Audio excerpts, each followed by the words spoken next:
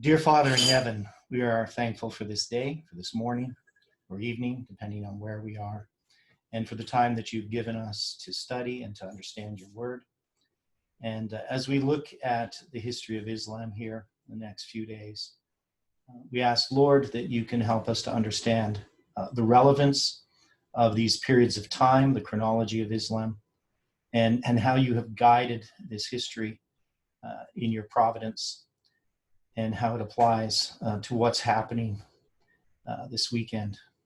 We ask, Lord, for your Holy Spirit to teach us, that you can be with each person watching this video, and that you can draw us close to you. Thank you for loving us and taking care of us. We pray in Jesus' name. Amen.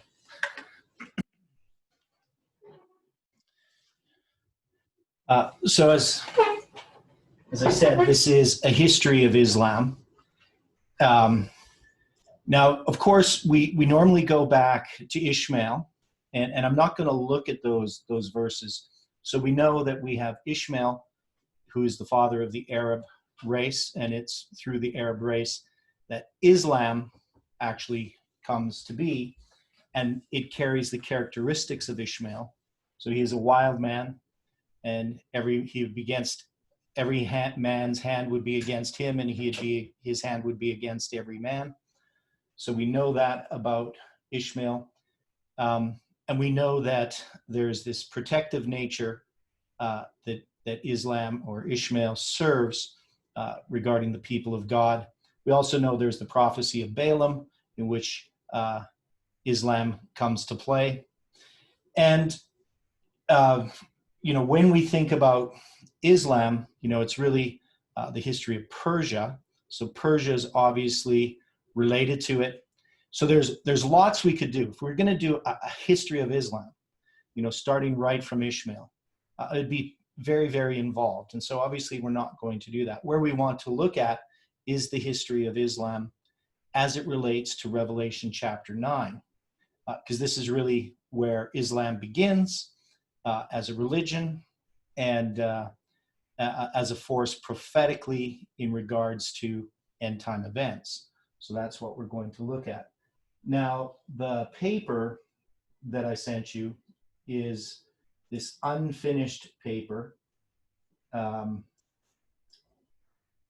It's called The Chronology of Islam. And I'm just going to share it here. So put it up on the screen.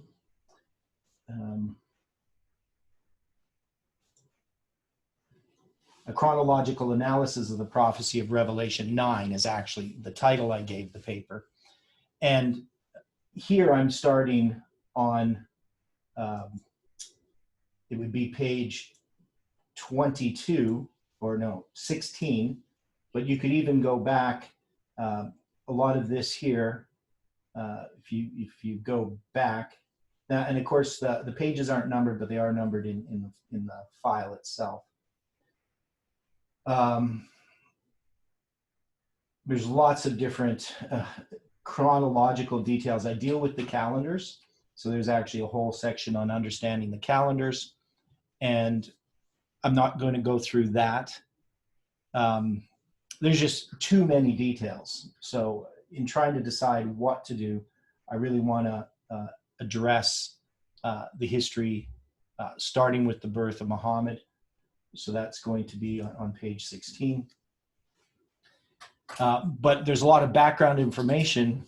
In order to understand some of what I'm talking about here, you would have to go back and read that. So I'm going to try to explain it in as simplest terms as I can. But just to sort of overall look at the Islamic calendar. So I'm going to come back to this. I'll just show you what period we're going to be studying. So we obviously have the period from the birth of Muhammad all the way up to the present day. The period that I really want to be studying is this period here, which we would generally mark as 606 AD. And this period here, all the way up to 1299. So this is kind of the period that we're going to study, but not in detail, because there's a lot in this period of time. So this is going to be the start of the first woe. So there's this whole period of time here. And we could go back, to the birth of Muhammad too. But it's really here that we're marking the start of Islam itself, and trying to understand what this history is about, and why this is important in understanding this history. And we would also say that this is the start of the fifth woe, or the fifth trumpet, pardon me. So this is the start of the fifth trumpet, and this is going to be the start over here. You wouldn't get the sixth trumpet starting until 1449. So you're going to have here, this is the period of the fifth trumpet. So I guess I can do it this way. The fifth trumpet. So we have that whole period. And then in this period, we're going to have the first woe, which we're not going to study today. We're going to look at the first woe and the second woe next week, even though that's kind of an area we've studied a lot. But we're going to look at some of that history in a bit more detail than just Josiah Litch's prophecy itself. We're going to look at what's happening in this history, especially as we get to the end of it.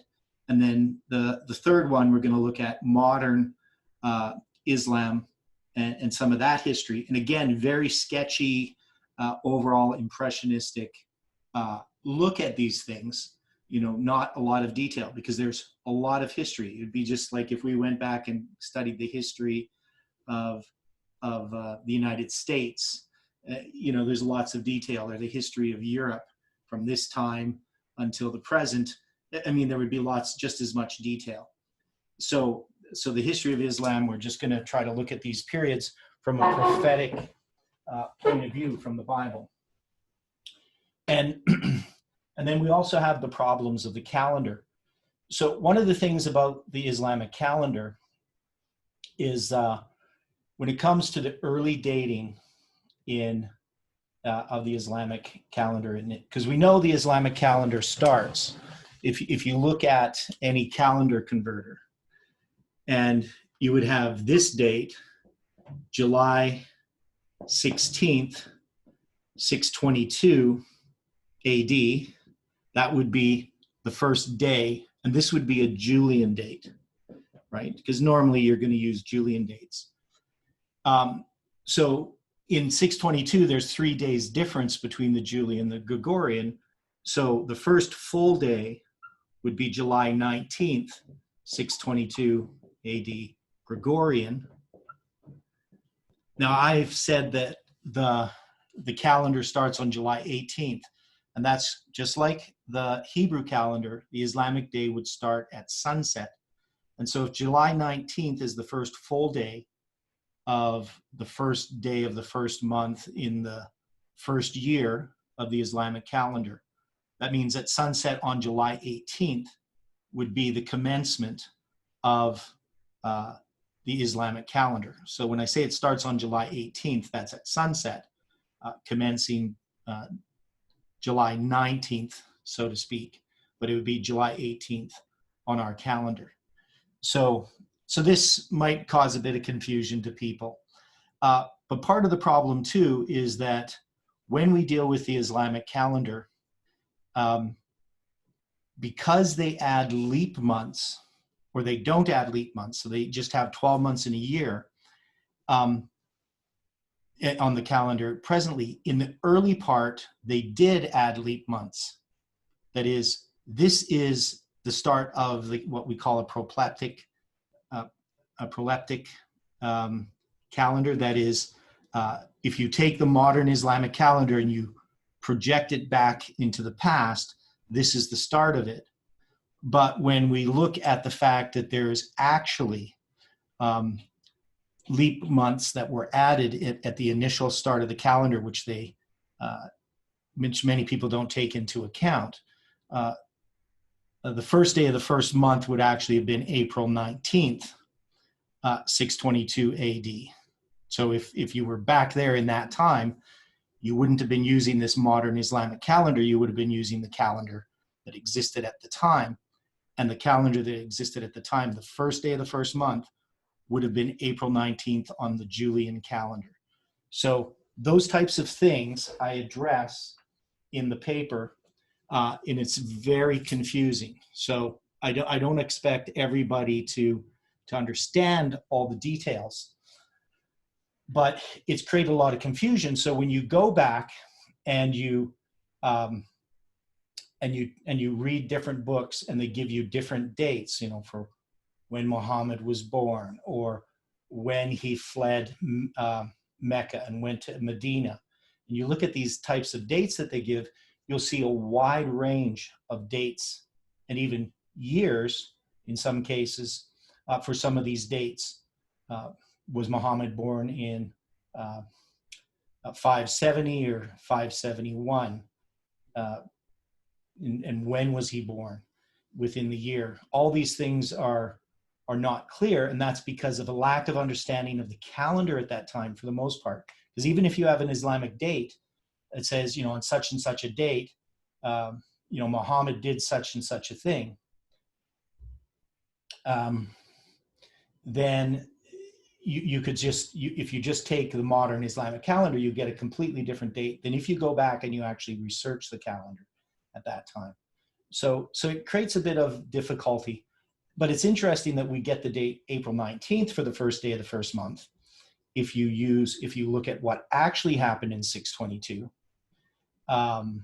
So I think that's interesting. But then also in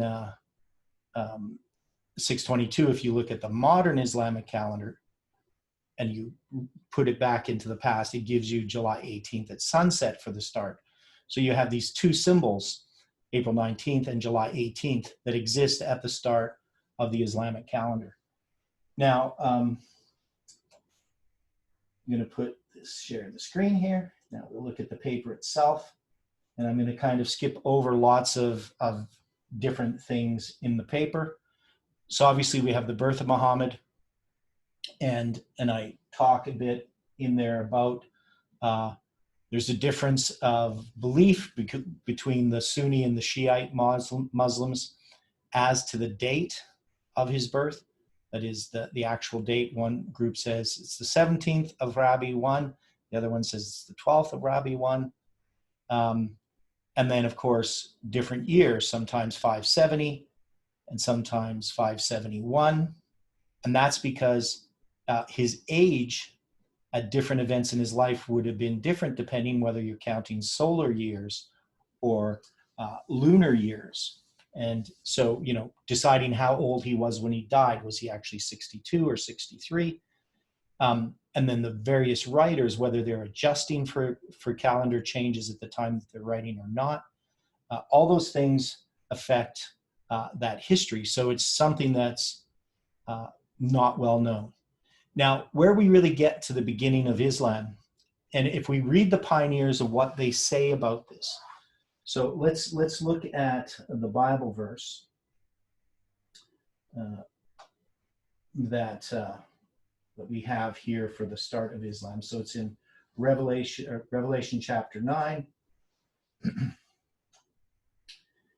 In verse 1, it says, "And the fifth angel sounded, and I saw a star fall from heaven unto the earth, and to him was given the key of the bottomless pit. And he opened the bottomless pit, and there arose smoke out of the pit, as the smoke of a great furnace, and the sun and the air were darkened by reason of the smoke of the pit. And there came out of the smoke locusts upon the earth, and unto them was given power, as the scorpions of the earth have power." Right? So this is the start of Islam, and where the pioneers place this is in 606. And their reasoning is quite different than what we normally hear in understanding this. Go in the wrong place here.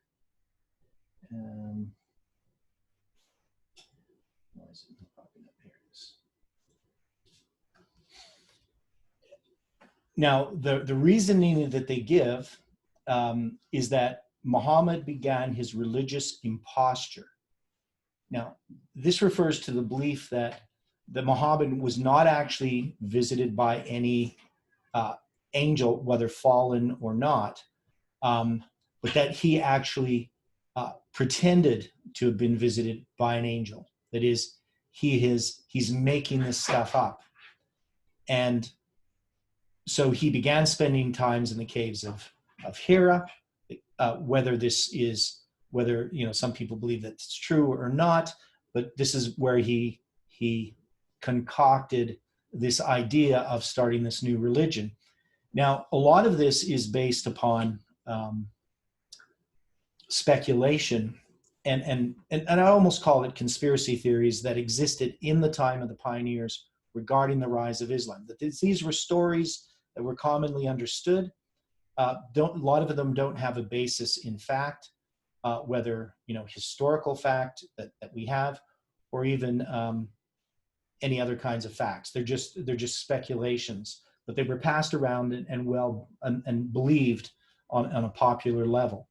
So it's kind of speculative to decide, what Muhammad's motives were, and what his, where he was and what he did and when all these things happened. Now, of course, the oldest document we have for Islam, we do have some inscriptions, coins, and things like that. And we do have the history of the people around them. But what we don't really have is, besides the Quran, and the Quran is not a contemporary document, even though it's purported to be written by Muhammad. It wasn't written. It would have been spoken by Muhammad and memorized by his followers. And then at a certain period, long after his death, 100 years or so, then this would have been written down to preserve it. So this is an oral tradition of what Muhammad said. Now, sometimes we think that oral traditions are not very reliable. And that's really not true. We can actually find that oral traditions in these societies were very reliable. One is there would be many people who would memorize these texts, if we want to call them texts when they're not written down, but memorize these visions and these stories. And when they were told, they would be told by a group of people, not really an individual. So even though one individual may be speaking, there would be other people there supporting what's being said. So it's not just one person holding this memory and then passing it on to one other person. You actually have large groups of people passing down these oral traditions. And so when it gets written down, it's understood. The text is well understood. Now, of course, oral traditions have things that can change, that wouldn't change or change differently than in copying a text. And that would be pronunciation. Names of places can sometimes shift in their pronunciation, and then when they're written down, you may not recognize them from earlier periods. So an interesting thing, because I've done a lot of study about Islam since I've written this paper. So modern scholarship is coming to a conclusion that a lot of what Islam says about its early history is false.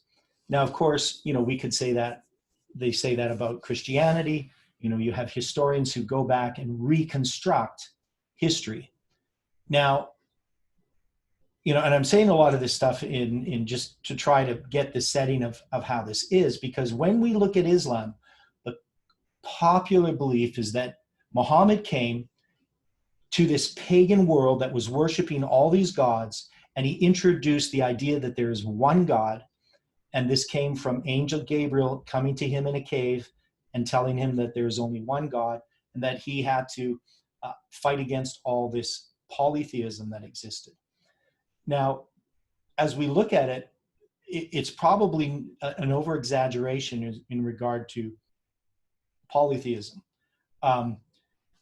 It's pretty clear that Muhammad, because of the stories in the Quran, he was actually raised in a place where Jews, Christians, and pagans all were interacting with each other. So he grew up in an environment where there was already a belief of one God, which would have been the Jews, and then what he would have perceived as Christians as somewhat polytheistic because of the Godhead or Trinity, depending on which kind of Christians you're dealing with, mostly the Trinity, because he would be dealing with Catholics. And then you have other types of Christians. And so if you look at his writings in the context that there are these different religious views, you can see that he's responding in his belief system to something that was not just paganism, but it was Judaism and Christianity and paganism. So he's responding to all of these things. Now, just getting back to his imposture, from the way that the Millerites understood it, we're going to see that it's a little bit different than I had imagined. Now, this is a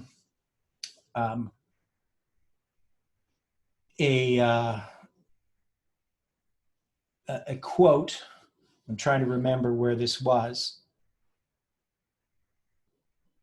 I think this is Lich. Yeah, his argument is thus. So the fifth angel sounded, and a star fell from heaven onto the earth.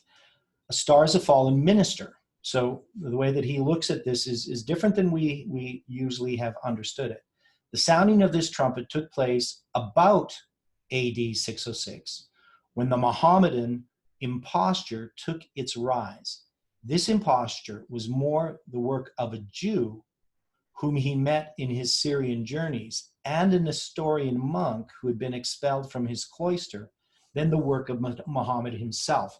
So this is a view that Josiah Lich has because it's a popular view regarding the rise of Islam. So one is they have a Jewish connection because of the anti-Semitism that existed at that time, and also a Catholic connection because of the anti-Catholicism. So the way that they looked at it is that this was a Jew and as a Nestorian monk who actually worked with Muhammad to come up with this idea of this new religion.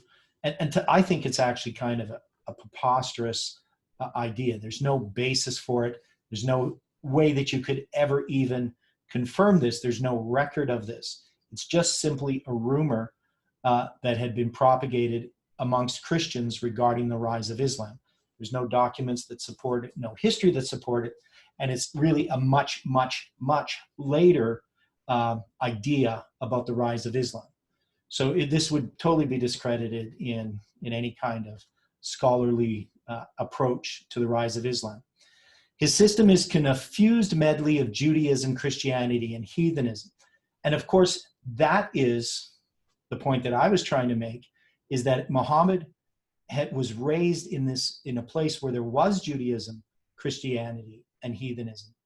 And it makes no sense to try to introduce a Jew here or some Catholic to sort of suggest that that's why that mix exists. The mix exists because that mix existed in the location where Muhammad was when he was raised. So he would have seen Judaism, Christianity, and of course, he would have been a pagan. So this idea, this exiled monk was probably the principal agent in the work of forming this imposture, and might, with propriety or without violence to the figure, be denominated a falling star. So he's not actually attaching the symbol of the fallen star to Muhammad. He's attaching it to this monk, which I think does really not make sense.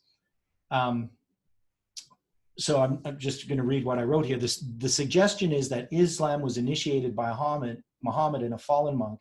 Uriah Smith, in his thoughts on Revelation, has abandoned this view and date. Smith chose 629, the year of Muhammad's first battle against Eastern Rome, as the start for the point of the fifth trumpet. The fallen star is not a Nestorian monk, but Muhammad himself. So far, we have been unable to determine if the 606 date has any merits. Some writers date the placing of the black stone at the eastern quarter of the Kaaba in 606, though Wikipedia gives the year 605.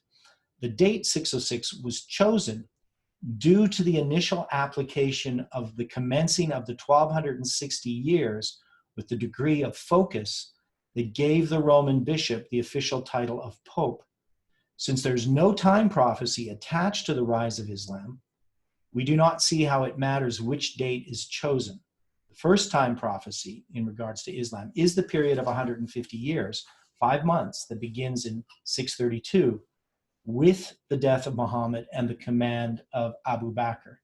So there's a lot of stuff packed in this paragraph. So when we look at that date of 606, that's on the 1843 chart for the rise of Islam. If we look at the pioneers' writings, they don't actually say it is 606.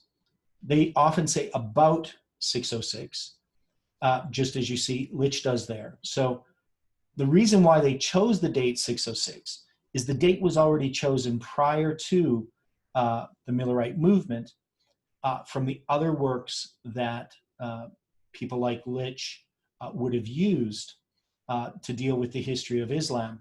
And that's because people attached the 1260 years to the date 606. So instead of 538, they had it as 606. Now, of course, that wouldn't line up with Millerism because that would have brought the 1260 years past the date that they have as 1798 as the time of the end. So obviously there was a discrepancy here. It actually bring it past even 1843. So the argument for 606 is just that it's on the chart. Now, I still think that date is correct, but that we would mark this the start with the imposture, just like Litch is doing this here. But I wouldn't have any monk involved. I would just have Muhammad himself. And this is Muhammad developing these ideas because as he's in contact with Jews and Christians, and of course the pagan upbringing, he sees that there is one true God. Whether some angel as such, a fallen angel, came to him and told him this, or whether that's something that's just added to the story by Muhammad to sort of make it believable, we don't know. But we do know that there's a deception involved. And we do know that the power is satanic. And that's why this symbol as a star falling from heaven, it shows its satanic nature. It comes from Satan. And also the idea of the bottomless pit, which again is a satanic symbol.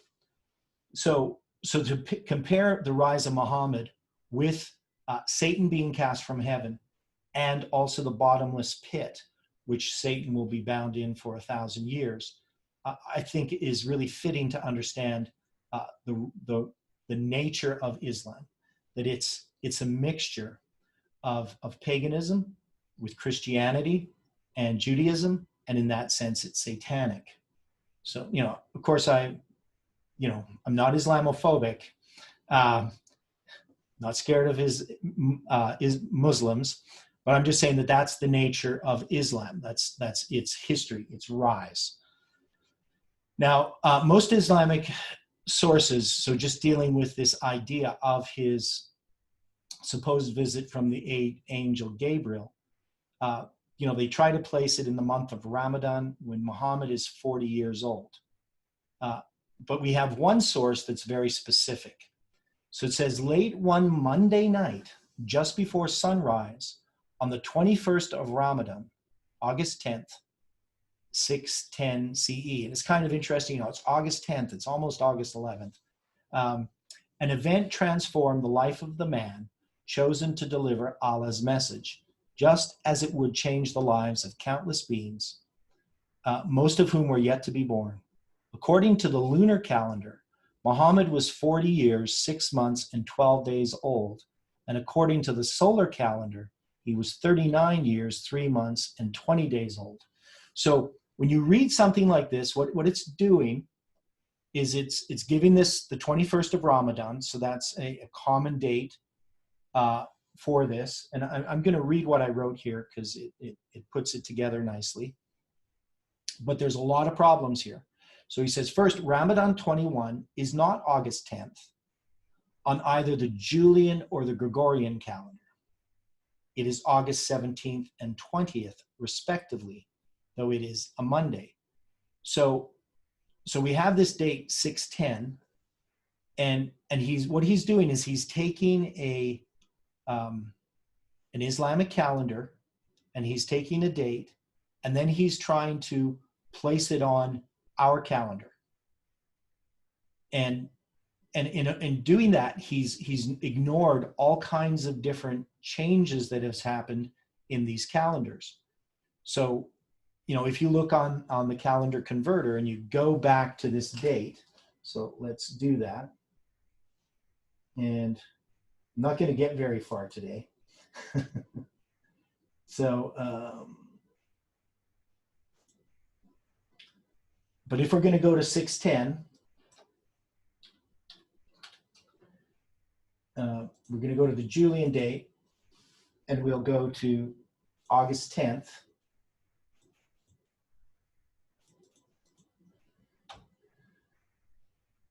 And I'm going to just make this a bit larger so we can see it better. So I'm using the Julian date, August 10th, and you can see that that is a Monday. Okay, so it is a Monday. But if we look at the date down here, it's Ramadan 14. So, and we're not sure, what he understood about the calendars at all, but Ramadan 14 is a Monday. Now, if we went to Ramadan 21, we just have to go a week later, we would see the date is not August 10th, but August 17th. So this problem is that he just has not taken into account any of these changes in the calendar. And he's going from, what I assume he's doing is that he's taking the date August 17th, and he's trying to adjust. Well, I'll read what I said. Okay, so first, Ramadan 21 is not August 10th, 610 on either the Julian or Gregorian calendar. It is August 17th and 20th, respectively. So that's August 20th on the Gregorian, August 17th on the Julian. Though it is a Monday, I would assume that the calculation was derived by an incorrect conversion of a Gregorian date to a Julian date.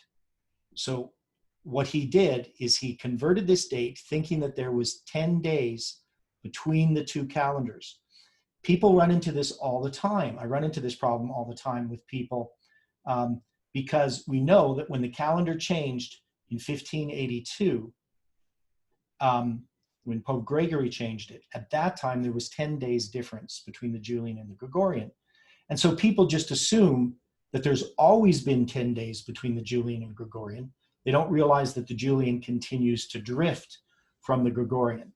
So when they go back and they try to change dates from Julian to Gregorian, they will be off because they just do 10 days. And I've seen this with people who should know better, who are highly educated, who are dealing with chronology, but just do not understand the Julian and Gregorian calendars. So, it's a common mistake. In that sense, it's understandable. So they would have assumed that August 20th, 610 Gregorian, would be August 10th, 610 Julian, right? Of course, he's not taking into account that the Islamic calendar yields faulty dates prior to 632. So we know that he hasn't even taken into account that the Islamic calendar, when you start going before 632, 10 years after the calendar started, and this is 610, so that's even longer before, the calendar is not accurate because they were adding leap months in the first 10 years of the calendar. And so it added 3 extra leap months in there. And that's why April 19th ends up being the real start of the Islamic calendar if we go to 622. So he hasn't taken that into account at all. But this would also support Muhammad's statement that his first revelation, as was his birth, was on a Monday. So Muhammad was born on a Monday, and he says his first revelation was on a Monday. So obviously the time there is wrong. Second, Muhammad's age being 40 years, 6 months, and 12 days at the time of the first revelation would place the birth of Muhammad as Rabi 19,571, which the writer consistently agrees with. However, he gives the Gregorian date of April 22nd, 571, which is the correct date for Rabi 19. So again, he's 10 days off. Of course, he has not accounted for the fact that the Islamic calendar does not yield correct Gregorian dates prior to 632. As well, his calculation of 39 years, 3 months, and 22 days from April 22, 571 for Muhammad's age yields August 16th, 610 Gregorian, which is August 11th Julian. Whatever the case, the writer is consistently inconsistent, and we can cannot depend upon his date for Muhammad's first revelation. If we accept the Ramadan 21 date, we have either August 20, 610, which seems unlikely, and December 14, 610. So as you can see, there's a lot of problems, and I don't expect you to understand all of those details, but there are some interesting dates that result.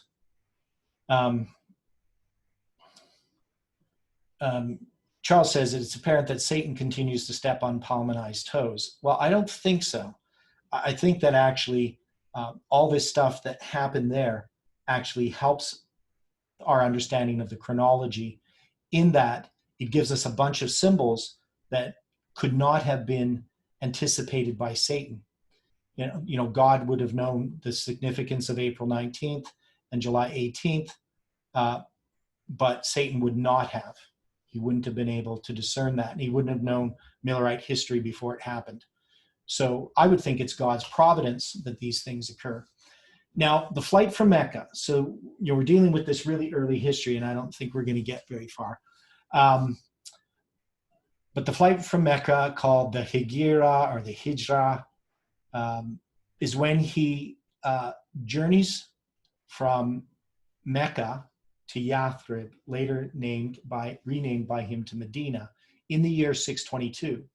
In June 622, after being warned of a plot to assassinate him, Muhammad secretly left his home in Mecca to emigrate to Yathrib, 320 kilometers north of Mecca, along with his companion Abu Bakr. Yathrib was soon renamed Madinah an-Nabi. Nabi, just like in Hebrew, means prophet. So the city of the prophet. Medina just means city.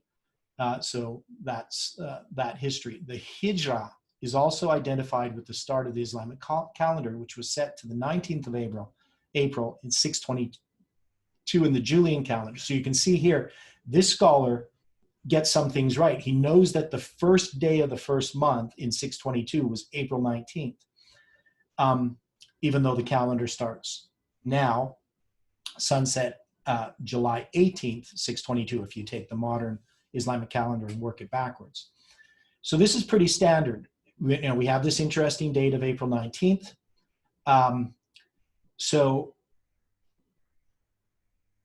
later in the article, he says this: the hypothetical dates in the retro-calculated Islamic calendar extended back in time differ from the actual dates as they were on the Julian calendar. Annual celebration of the Hijra has long been assigned to the first day of the first month. Muharram is the first month, causing many writers to confuse the first day of the year of the Hijra with the Hijra itself, erroneously stating that the Hijra occurred on the first day of Muharram in the year of the Hijra 1, which would be 19th of April, 622, in this system where we take into account that they added leap months for the first 10 years. Or even the hypothetical Gregorian date from retro-calculating 26th the Rabbi 1 in the year of the Hijra to July 16th, 22, which would be sunset July 18th, Gregorian, and the retro-calculated start of the year for the regular Hijra calendar system, even though the first visit to Medina for Friday prayers actually occurred on the 16th of Rabi. So there's a lot of detail here. Again, I don't expect you to understand everything that was said there. But what I want you to know is that basically I've unraveled this puzzle and understand how the Islamic calendar works in these early years. And so when we look at the dates, we have two different dates here. This is from Wikipedia, this chart, and you can see that there are different dates. So when the actual flight from Mecca occurs, I mean, he has this meeting with these leaders, he leaves Mecca, he gets in June 21st to the cave of Tar, arrives at the Quba, that's in Mecca, or Medina, pardon me, where's that? The Kuba, I'm not sure. I think that's the place in Mecca. And then he flees. Entry into Yathrib in Medina is on July 2nd. So, and finally settled in Medina. And you can see that on the left side, it gives some different dates. All I'm saying is that in here, we know that he didn't flee from Mecca on April 19th or July 18th. That's not the flight from Mecca. So you have these dates, either September or June, depending on how you interpret the calendar. Now, this is still dealing with the early history here. Now, we have the Battle of Badr, and so that's one of the first battles that occurs and the first military victory in Islam. And there's some information there that I don't want to look at, but the Battle of Mu'tah, this is the one that Uriah Smith uses, the first battle against the Roman Empire, which would actually be the Byzantine Empire. And this would have been in September of 629, and or in August of 629, depending on how you look at it. And this is the one that Uriah Smith uses then to have his date as 629 for the start of Islam. So he's just looking at the battle that occurs. Now, we also have, there's a whole bunch there I'm not going to read, but in his comment, in this, I'm not going to read this. There's just too much stuff here. So, but we want to get with the death of Muhammad and Abu Bakr's command. I want to at least cover this and get the start of this set up. So we know when Muhammad died. It's the 12th of Rabi in the 11th year of the Hijrah, right? So the 11th year. It's Monday, June 8th, 632. So that's on the Julian calendar. The Islamic calendar gives June 8th as the 13th of Rabi. So there's this discrepancy has to do with the observance of the moon. And sometimes the dates can be off by a day, where the Islamic calendar is now calculated. Back then it wasn't. Since Muhammad had removed the nasi, or postponement, not long before his death, no adjustment is needed. That is, at that time, since that time, they have never added a leap month. And this would make Muhammad 62 years and 6 days old at the time of his death. His reported age was 63 years. This would have been according to an Islamic count based upon the calendar that was not in use during the life of Muhammad. That is, if we apply the retroactive Islamic calendar and say that Muhammad lived for 63 years, his birth would have been in April of 571. And if you count his age as 63 solar years, you would have to mark his birth as June 14th, 569. So there's all these differences that you would have to take into account. So when Muhammad dies, we know that Abu Bakr becomes the first caliph. And we have the decree of Abu Bakr, and this is well known within Adventism, if you've studied this at all, because it was recorded in the fall of the Roman Empire by Gibbons, the decline and fall of the Roman Empire. And this is where this comes from. Now, we have this Wikipedia account here regarding what ended up happening. I'm not going to go into the detail there, but I'm going to go Gibbons, the history of the decline and fall of the Roman Empire. So here's the decree of Abu Bakr. So this would have been in 632.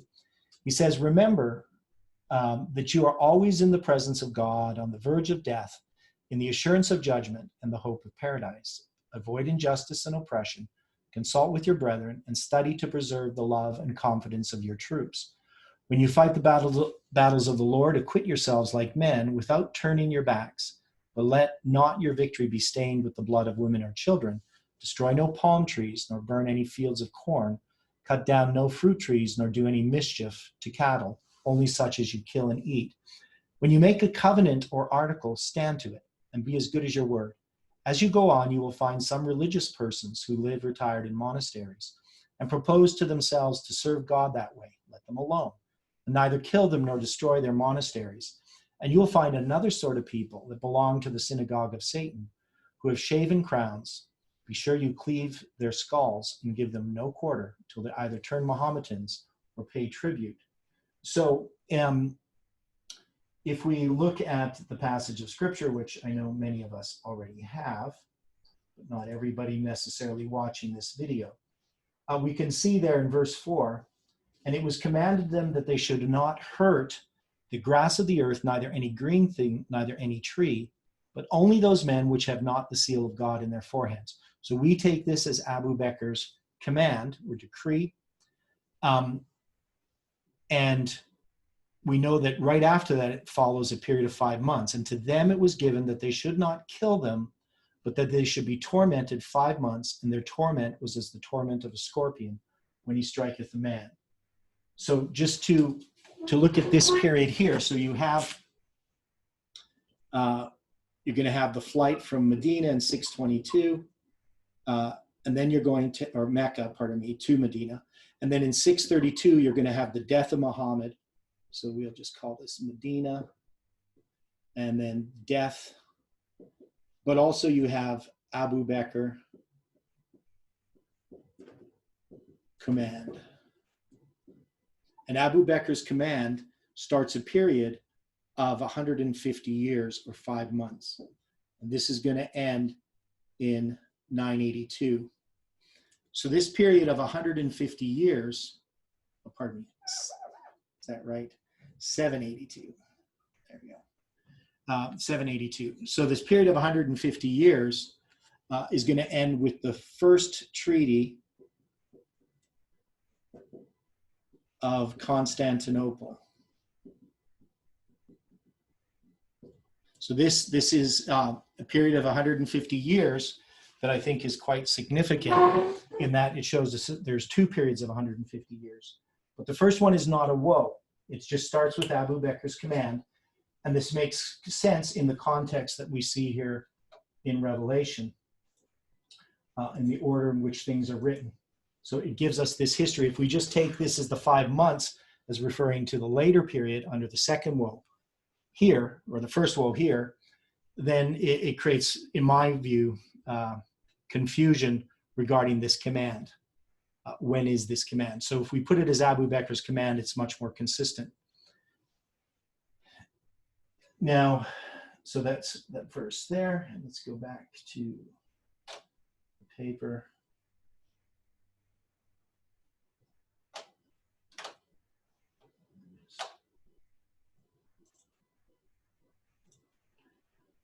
Now, it's kind of interesting. I have another translation of this.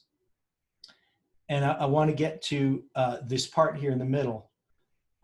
It says, when you will meet people who have shaven the middle of their heads and have left around it a ring of hair, like turbans. Tap them lightly with the sword. Go ahead in God's name. May God make you perish through wounds and plague. Now, this modern translation of this passage takes away a little bit lighter, softened from the idea of cleaving their heads or cleaving their skulls with a sword or tapping them lightly with a sword. I think those are quite 2 different things. But you'll see that this is just sort of a way to soften that history of Islam.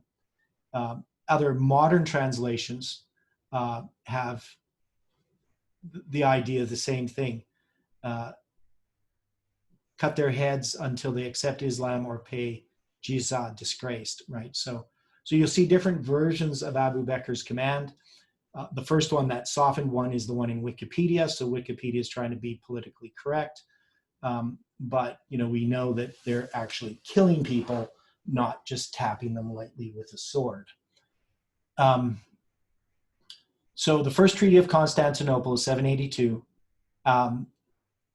So there's a lot to this history. And when I'm skipping through things like this, we're missing a lot of detail of how Islam developed. But when we start this 150 years, Islam is having all of these wars against Eastern Rome. And they finally come to this treaty that happens. So the Abbasid invasion of Asia Minor in 782, so this is from Wikipedia, was one of the largest operations launched by the Abbasid Caliphate against the Byzantine Empire. The invasion was launched as a display of Abbasid military might in the aftermath of a series of Byzantine successes. Commanded by the Abbasid heir apparent, the future Harun al-Rashid, the Abbasid army reached as far as Chrysopolis, across the Bosphorus from the Byzantine capital, Constantinople, while secondary forces raided Western Asia Minor and defeated the Byzantine forces there. As Harun did not intend to assault Constantinople and lacked ships to do so, he turned back. The Byzantines, who in the meantime had neutralized the detachment left to secure the Abbasid army's rear in Phrygia, were able to trap Harun's army between their own converging forces. The defection of the Armenian general Tadzates, however, allowed Harun to regain the upper hand. The Abbasid prince sent for a truce and detained the high-ranking Byzantine envoys, who included Empress Irene's chief mistress, Starakios. This forced Irene to give a 3-year truce and pay a heavy annual tribute. Irene then forced her attention to the Balkans, but warfare with the Arabs resumed in 786 until mounting Arab pressure led to another truce in 1798 on terms similar to those of 782. So when we take a decree like the decree in 782, it's the first treaty that's being made between the Arabs, the Islamic empires. There's not really an empire yet until Ottoman, but these Islamic forces. It's the first truce that occurs. And so it's in 782, 150 years after the decree of Abu Bakr. And so we would actually, a person could argue there's all kinds of truces and treaties made all through this history, but it's the first one. And so it would mark the end of that first 150 years. Now, the treaty was signed on the 17th of Muharram, AH 166, which aligns with August 31st. Some suggest September 1st, 782. From then on, there were a series of treaties between Islamic forces and the Byzantine Empire. It is this first treaty that marks the end of the first period of 5 months. We are not the first ones to recognize this period of 150 years. In fact, it is often the only period of 5 months recognized by commentators in interpreting Revelation 9. So that is, many people, when they deal with the period of 5 months in verse 5 and verse 10, they see it as this period from 632 to 782.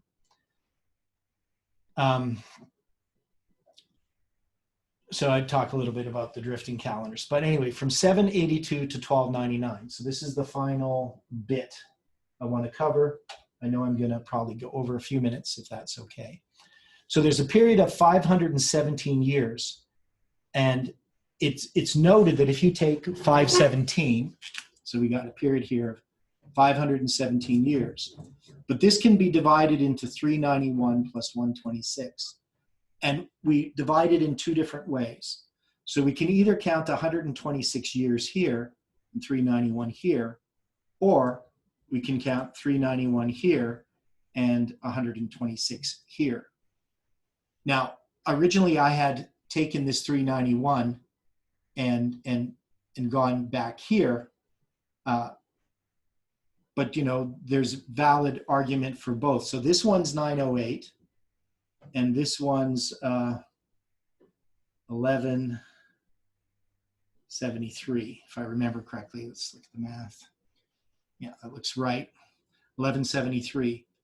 Now, both of these have merits in them. So that's the thing I find interesting. So 908 or 1173, each of these dates, you could divide this period in this way. Now, the reason why the 126 is important in the 391, we know that from June 9th, 2018, we had 126 days to October 13th, 2018. And then we had 391 days to November 9th. So this would have that same pattern. But we could also have this mirror going back from here. So I think both are very significant. I still tend say that this is the major one in 908. But we're going to look at this. So there are two events that we can mark in 908, and that's one of the reasons why I like 908. The first is on May 15th, when the 3-year-old Constantine VII, the son of Emperor Leo VI, the Wise, is crowned as co-emperor of the Byzantine Empire by Patriarch Euthemius I at Constantinople. The ceremony is held at the Hagia Sophia. After the rituals, Constantine is crowned symbolically and becomes Leo's successor. The second is on December 17th, when Hussein ibn Hamdan leads a revolt to depose the newly appointed Abbasid Caliph al-Muqtadir in Baghdad. He installs his uncle Abdallah ibn al-Mu'taz, and anybody can excuse me for my pronunciation of these Arab names. I know they're completely wrong, and kills Vizier Ala Abbas ibn al-Hassan al-Jajara'i, but fails to murder al-Muqtadir. This leads finally to the coup's collapse. So there's this failed coup that occurs. So whether one accepts these events as a strong marker to end the period of 126 years and begin a period of 391 years, there are some interesting chronological suggestions for this structure. The first is that this structure that was discovered on October 13th, 2018, and then seen to be the same structure as the one of the connections of Samuel Snow's letters. Also, the period of 517 years, plus either the first or last, which we have not yet addressed, periods of 150 years, is 667 years. More specifically, from August 31st, 782 to Othman taking the throne on January 6th, 1449 is a period of 666 years, 4 months and 6 days. From his arrival to Constantinople on March 12th, 1449 is a period of 666 years and 6 months and 12 days. If we consider from June 8th, 632 to the death of Muhammad to July 27th, 1299, it is a period of 667 years, 1 month and 19 days. So we have all of these periods of 666 years plus some months, or 667 years with a little bit of time. And that's just from the death of Muhammad. We could maybe make it from a period afterwards. My point is that 666 is a symbol of Islam as well as paganism because of its satanic connection. Now, it has been suggested by others that 1173, with the establishment of the Abuid dynasty, divides this period of 517 years with a period of 391 years followed by 126. Now, this is a Sunni Muslim dynasty founded by Saladin that ruled in the late 12th and early 13th centuries over Egypt and what became Upper Iraq, most of Syria and Yemen. Saladin's father, Ayub, for whom the Abuid dynasty is named, was a member of a family of Kurdish soldiers of fortune who in the 12th century took service over the Seljuk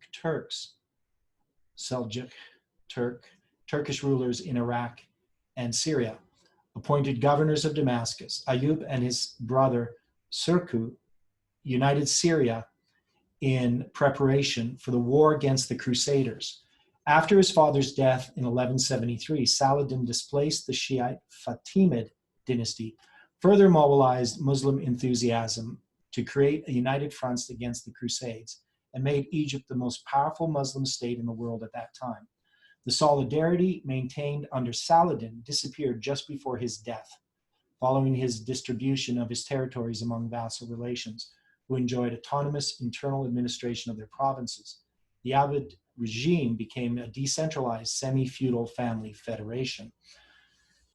So in trying to understand this, there's a lot of information there, but really this is events that are going to lead up to ultimately the Ottoman Empire or the Ottoman Empire beginning. And there's a lot of history here that dealing with the history of the Crusades that we're not going to look into. I started writing the history of the Crusades. It's very confusing history. And the history of the Crusades goes from 1095 to 1291. Variously is dated by different people, when they end. And the Crusades are a very interesting part of this prophecy. As such, when we go to this history, so when we go to the Bible passage, and we deal with this period of five months, and it says in verse 6, and in those days shall men seek death and shall not find it, and shall desire to die, and death shall flee from them. And the shapes of the locusts were like the horses prepared unto battle, and on their heads were as the crowns like gold, and their faces were as the faces of men. And they had hair as the hair of women, and their teeth were as the teeth of lions. And they had breastplates, as it were breastplates of iron, and the sound of their wings was the sound of chariots, of many horses running to battle. And they had tails like unto scorpions, and there were stings in their tails, and their power was to hurt men 5 months. So this is going to then bring us up to, from this period of where these locusts are covering the earth, so to speak, and then they're going to have this period of 5 months again. And in this period of 5 months is when they have a king over them. And they had a king over them, which is the angel of the bottomless pit, whose name in the Hebrew tongue is Abaddon, but in the Greek tongue hath his name Apollyon. One woe is past, behold, there are 2 woes more hereafter. So we know that's the first woe. We're going to see here that we are brought to, in 9/11, to them having a king over them. And I think it's important that this is chapter 9, verse 11, as a symbol of 9/11, for the start of the Ottoman Empire. And if we really look at this first, second, and third woe, the third woe began at 9/11. But this is talking about the first woe, but it's in Revelation 9/11. And the other thing about, as I've mentioned other places, it says in Proverbs that locusts go together in bands, even though they don't have a king over them. But we can see here that these locusts do have a king over them. So if you look up king over them, you can find the other verse. I can't remember, Proverbs 2 something, I think. But anyway, the point is here, we can see that history is covered between the first period of 5 months and then this period of the Crusades, and then finally leading up to the beginning of the first woe. And so that's where we're going to end. But this period of time here, I think, is extremely significant in its span and in the way that we can divide it. So anyway, any thoughts or questions? I know I've kind of rambled on there without a lot of comments from people. A few little chat notes that are commented on. 693 years between 606 and 1299. 6 times 9 times 3 is 152, double the priestly 81. Time continues on Earth after July 18 with a new first day, first month on that calendar as a question. I don't know. I don't know if I would argue that. 622 minus 606 equals 16, a double of 8. And 693 minus 16 is 677. Comment about the Mayan calendar. I'm not sure. First and last imposture. What is the last imposture going to say? That's Charles asking that question. Very apparent that Satan continues to step on Palmoni's toes. I read that one. And jumping to the Levites today, the weapon of choice is again time. I'm not sure what that means. But anyway, so any comments on this history? Is this helpful, going through this history in this way? I know the paper has way more detail.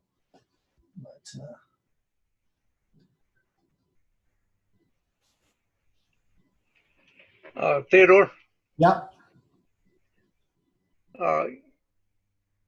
Throughout all of this, it's apparent to me that if Satan could have messed up God's calendars, he would be having a lot fewer stumbling blocks in getting his point across.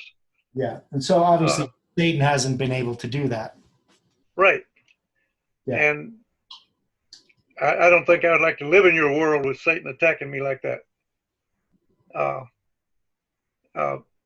I think I've had to deal with you're calendar. the post that says that. Yeah, you're the calendar guy. Yeah. You and Steve Odilio, and Satan has got to be striking out at these calendars in order to confuse everybody else. Yeah. Well, it doesn't take much to confuse people. No, not at all. Because even just the simple change from Julian to Gregorian has created all kinds of misunderstandings. But it's all in God's providence. That's the thing I find interesting, is no matter what Satan does, he seeks to change times and laws, as we know, through the papacy. But not just through the papacy, also through the Roman Empire, right? If we look at these two Roman calendars we have, and then as we look at this Islamic calendar, which ignores the solar year, we see all this structure. And of course, in the Mayan calendar, here we have this completely pagan American calendar that still yields coincidences that testify of God's prophecy. But the whole key is understanding the biblical calendar, right? If we understand the biblical calendar, we can unlock all these other calendars and prophecy, of course, because it's the cross of Christ that actually unlocks the calendars. If it wasn't for Jesus' death being on a Friday in 31 AD, I wouldn't have the key to unlock the biblical calendar. We wouldn't have had the key. It unlocks 1844. It unlocks all these histories. So I'm not sure, as far as an attack, I mean, obviously, Satan is trying to create confusion. But if a person is a diligent student, it obviously took me a lot more work coming to understand these things, but God is the one in control. He's the one who unfolded how the calendars worked by studying Scripture. So, it's all in God's providence. It doesn't. I mean, God is the one who has to defend the truth, not me. I just have to obey it. So I'm, in that view. Any other thoughts? Somebody else had a Yes, Stephen? there is a modern day archaeological person who has tried to look at the sites mentioned in the Quran for Mecca, Yeah. and he's saying it's only mentioned once in the Quran, is the city of Mecca, and there's a city there. Baca. They call it Baca. Yes, that's right. The Valley of Baca, is it, or something? Or Yeah. yeah, And Baca, Mecca, when you look at orthography and how names change, it would be the same thing. So Baca would be Mecca. Mhm. The yeah. B. Well, it says in the Quran it's a place of olives. Mm-hmm. It seems like a very green place. It seems it could have changed climate over time. No, it didn't, though. We know that Mecca was never an agricultural location. The place that probably was where he calls Baca, which was not Mecca at all. It's a place about 150 miles north. Okay. Yeah. And, so I know all that history, and that's pretty much becoming the scholarly consensus, is that Mecca was not the place where Muhammad and Islam had its origin. If we're to believe the Quran, it's not possible. It doesn't describe Mecca at all. It's describing this other place, which is further north. I can't remember the name of the place, but it's and that's part of the problem, is that things change over time. But I had a lot of one of the reasons that they know that the location was wrong is because they prayed toward Mecca, or what they called Mecca, but they have these, I can't remember what they call them, but the place where they pray, the wall where they pray, they can actually map these out and show that they don't point towards Mecca. They point to this other place north of Mecca. Petra. What's it called? Petra. Yeah, Edra, something like that. I'm really bad with names of things. Yes. I wish I could remember names like I remember numbers. Theodore. Yeah, Chuck. While I lived flying for a billionaire out of Saudi Arabia, I lived in Jeddah. Yeah. I had a quite traumatic experience dealing with Mecca. One of my pilots happened to be smelling like alcohol walking down the street, and they threw him into a dungeon in Jeddah. He was one of the pilots that I was training on the billionaires. His name was Pharaoh. Uh, uh, his one of the, on his new penthouse that I flew for him. He wanted him out.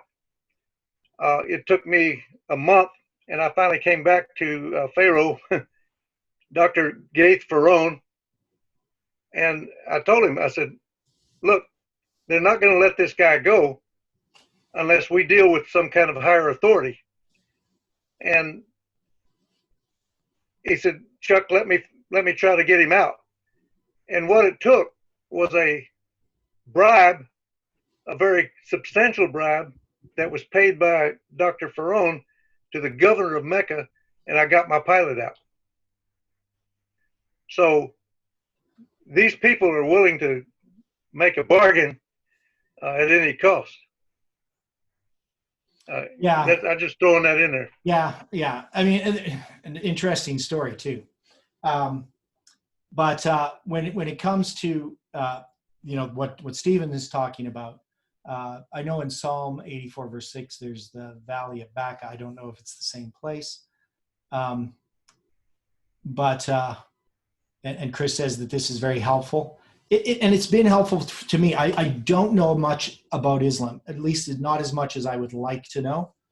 I would like to know everything in all this history. But I think the part of sorting out this origins of Islam is very interesting. I know, I watched a documentary yesterday. I didn't agree with the guy completely regarding some of his views. I think there was answers to some of his questions because he was just trying to say that they weren't even Islamic when they first in the 7th century when they first conquered these territories. That's something that's later. What's that? What's his name? I can send a link to the videos that I watched. Okay, thanks. Yeah, there's two different guys. There's the one you're talking about, and then there's this other scholar. What scholars often do is they present a view, and they don't really present the arguments against their view. They present. So when you read somebody's book or you watch somebody's video, it always seems very convincing.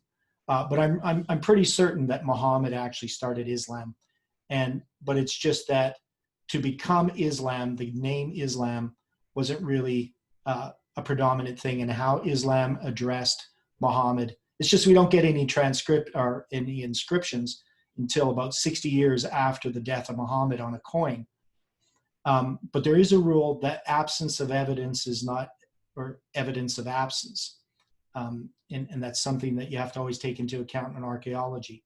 Just because you haven't found something, an inscription, doesn't mean it didn't exist at one time, especially in the desert where very few things survive unless they're things like coins or inscriptions in stone. Writings often don't survive, especially in different places. It depends what they use as writing materials and so forth. So to me, it's kind of a weak argument. The point is, we know Islam started with Muhammad, and we know it started with the Arab peoples. I don't think it was, based on the evidence I've seen, I don't think that what they call Mecca now is actually Mecca. But, I could be wrong about that because, it's just a matter of looking at what scholars say and what the Quran says. Obviously, we know, based on the archaeology, that it was never a place of olives, but maybe the idea is just exaggerated. Maybe there were some olive trees here and there. So there could be lots of different reasons. But anyway, that's the first part. And next time we're going to go a little bit more into what happens during the first woe. And then we're going to look at the second woe as well. We're going to look at the beginning of the second woe, what happened, and we're going to look at the end of the second woe in a bit more detail, even though we have addressed it somewhat. And then in our final one on Thursday, we're going to look at 9/11, and we're going to look at that history of Islam and again, it's going to be sketchy. I mean, it's not like we're going to go into detail in an hour. So let's close with prayer. One more thing. Yeah, Chuck. The Lord gave me a visual of what Mecca means to Islam. I was flying the family of the king around Riyadh to show them all the new buildings. And I get a call in the cockpit from Dr. Ferron. He says, the prince would like to see Mecca. So I've got to alter my course, and I go down to Mecca, up to Mecca, I guess it is. And I start flying around the Black Cube. Yeah. And there were a lot of people out there in that field at that time. Yeah. So we were flying around this Black Cube, and I get another call to the cockpit, and Ferron says, "You really made the prince happy." And then I get a big tip when I let him off the airplane. Yeah. He had a guy that always handed us an envelope as they left the cockpit, or as they left the airplane. But the Lord showed me a real vivid view of what religious authority and civil authority can do when it gets together. Mm-hmm. Okay. Well, thanks for that. Well, let's pray. Dear Father in heaven, we are thankful for this short study. We know there's lots we don't understand about the history of Islam, and any Islamic scholar would laugh at our discussion and the information that we've given, at how little we do know. But we ask, Lord, that you can help us to continue to understand the history so that we can place things correctly. And we know, Lord, that you have guided us in your providence. Thank you again for the time that we have to study. And may your Holy Spirit continue to be with us throughout this day and throughout this week. In Jesus' name we pray. Amen.